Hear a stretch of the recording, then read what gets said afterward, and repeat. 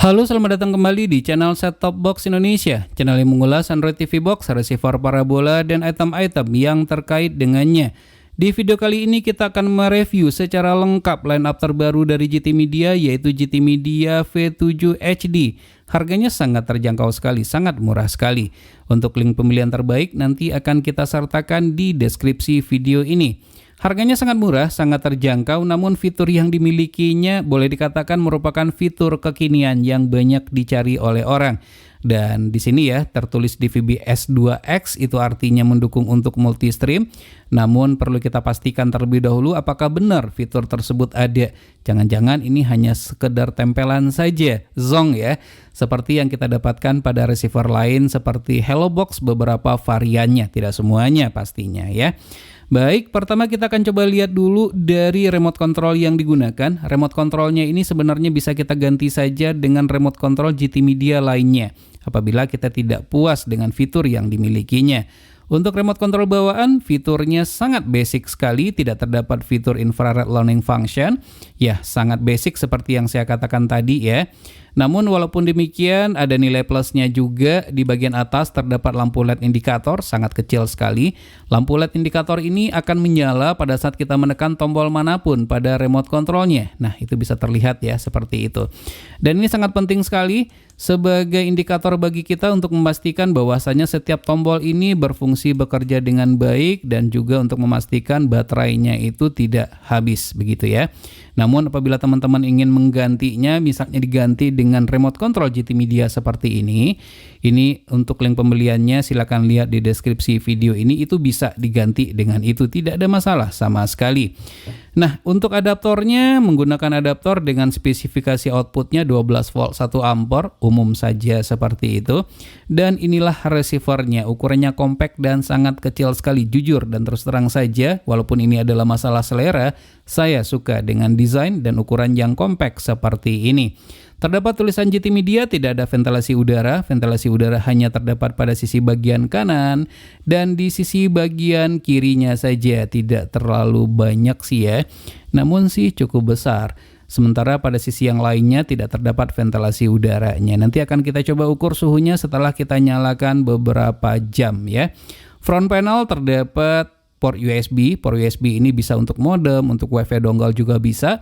WiFi dongle-nya bisa chipset RT maupun MT, tidak ada masalah sama sekali untuk kedua chipset tersebut.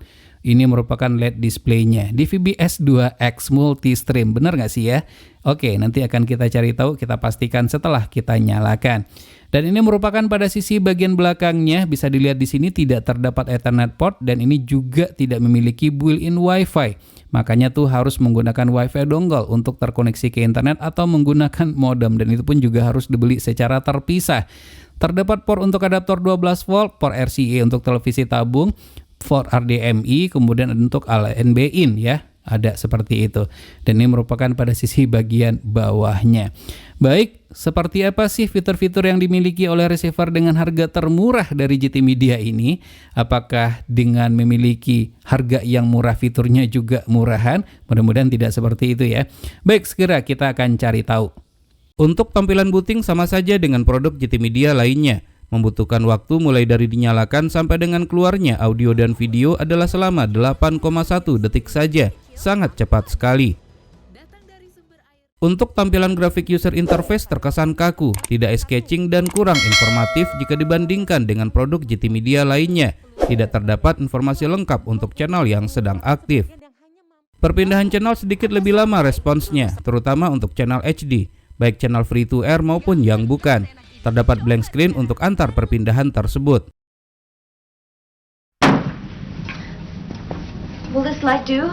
Respon remote control cukup baik dan lancar, tidak ada delay sama sekali seperti yang kita temukan pada GT Media V7 Super. Jujur saja untuk tampilan GUI receiver ini kurang menarik sama sekali, termasuk untuk EPG-nya.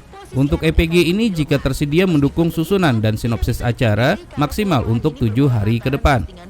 Tombol favorit pada remote control sangat berguna sekali untuk mengelompokkan channel-channel yang sering ditonton. Tersedia sebanyak 6 pilihan yang dapat di-rename sesuai keinginan. GT Media V7 HD memiliki fitur subtitle untuk terjemahan dan multilingual untuk pilihan audio bagi channel-channel yang mendukung fitur tersebut. Thật may là gia đình chúng tôi lại có một bác sĩ đáng xương, giúp anh ấy tiếp tục biểu diễn trên sân khấu. Selain itu juga terdapat fitur recall, berfungsi untuk berpindah ke channel sebelumnya yang pernah kita tonton. Dengan formula yang telah diperbaharui, Receiver ini memiliki tampilan menu yang boleh dibilang dapat menggambarkan harga dari sebuah receiver. Bagi kami, tampilannya tidaklah menarik. Bisa jadi dikarenakan keterbatasan hardware, jadi harus dibuat seringkas dan seefektif mungkin. Namun tidak perlu khawatir, untuk pilihan yang tersedia tidak kalah dengan receiver premium.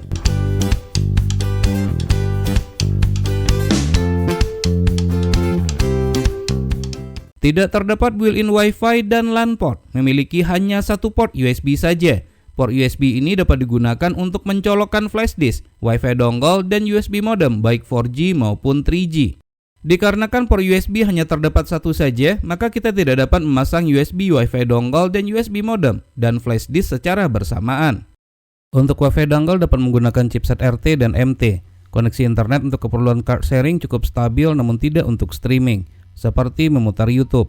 Dengan bandwidth 20 Mbps terlihat malah sering terjadi buffering.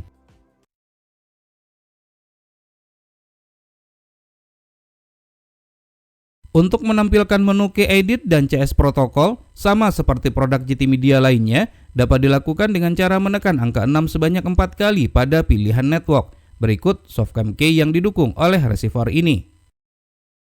Sementara untuk CS Protocol yang didukung adalah CC Cam, New Cam, dan MG Cam.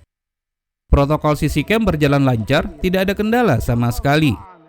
Untuk channel-channel yang teracak menggunakan bis key dan powerful, maka kita tidak perlu menginputkan key-nya secara manual. Cukup ditunggu sebentar, maka key yang dibutuhkan akan didapatkan secara otomatis. Hal ini dikarenakan GT Media V7 HD mendukung auto bis dan auto powerful. tuyệt vời. Namun sangat disayangkan saat receiver dimatikan lalu dinyalakan lagi dengan kondisi tidak terhubung ke internet, channel tersebut menjadi teracak kembali. Dapat disimpulkan key yang didapat sebelumnya tidak tersimpan pada menu powerful dan bis atau MG Cam bis, kecuali untuk channel tertentu yang key-nya sudah dikompil pada firmware-nya. Urusan tuner patut untuk diacungi jempol. Receiver ini memiliki tuner yang sangat sensitif, cepat dan akurat. Terdapat dua scan mode yaitu blind scan dan full scan. Mendukung LNB S-band dengan frekuensi 3620 yang digunakan oleh MNC Vision. Receiver ini merupakan pilihan yang tepat untuk satelit-satelit yang mendukung multistream, seperti pada satelit ABS-2 C-band dan Optus D1. Untuk Optus D1 sayangnya tidak dapat kita cobakan dikarenakan lokasi kita berada di luar BIM. Selain mendukung multistream, GT Media V7 HD juga mendukung T2MI, sangat pas sekali untuk satelit Yamal 601 dan satelit lain dengan format T2MI tersebut. Тогда я спрошу, почему вы так... Fitur yang hampir dimiliki oleh setiap receiver, termasuk yang paling murah sekalipun. GT Media V7 HD dapat juga berfungsi sebagai media player untuk memutar musik, video, dan bahkan untuk melihat foto.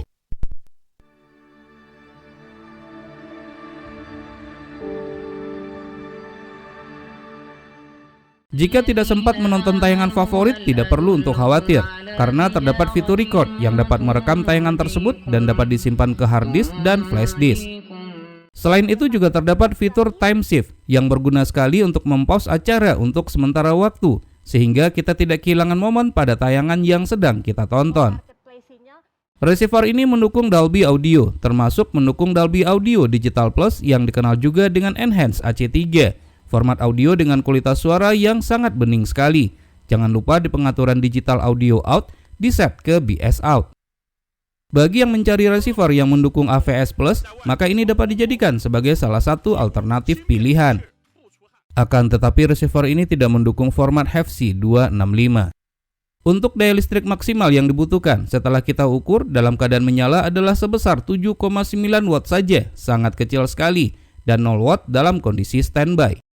Posisi ventilasi yang hanya terdapat di sisi sebelah kiri dan kanan saja, ruang box compact kecil minimalis pada temperatur suhu ruangan 26,6 derajat Celcius. Setelah dinyalakan selama kurang lebih 2 jam, temperatur receiver ini terpantau di angka 52,2 derajat Celcius, lebih rendah jika dibandingkan dengan GT Media V7 Super.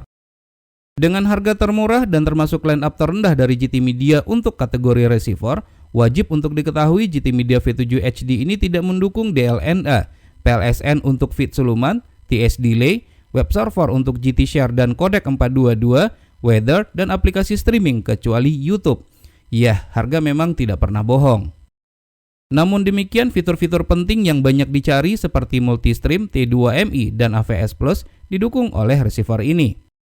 Sekarang kita masuk kepada kesimpulan. Receiver GT Media V7 HD merupakan line up receiver termurah dari GT Media dengan berbagai macam kelebihan dan kekurangan, seperti yang sudah disebutkan di atas. Dijual di range harga Rp390.000 sampai dengan Rp450.000. Dapat dijadikan sebagai salah satu pilihan untuk receiver termurah yang mendukung multistream, T2MI, dan AVS Plus. Baik, semoga saja video review ini bermanfaat. Jika suka silakan tekan tombol like, jika tidak silakan berikan komentar yang membangun. Jangan lupa untuk terus mensupport channel ini cukup dengan cara subscribe, share ke teman-temannya, dan tekan lonceng agar selalu mendapatkan notifikasi video terbaru. Terima kasih, sampai ketemu lagi di video berikutnya.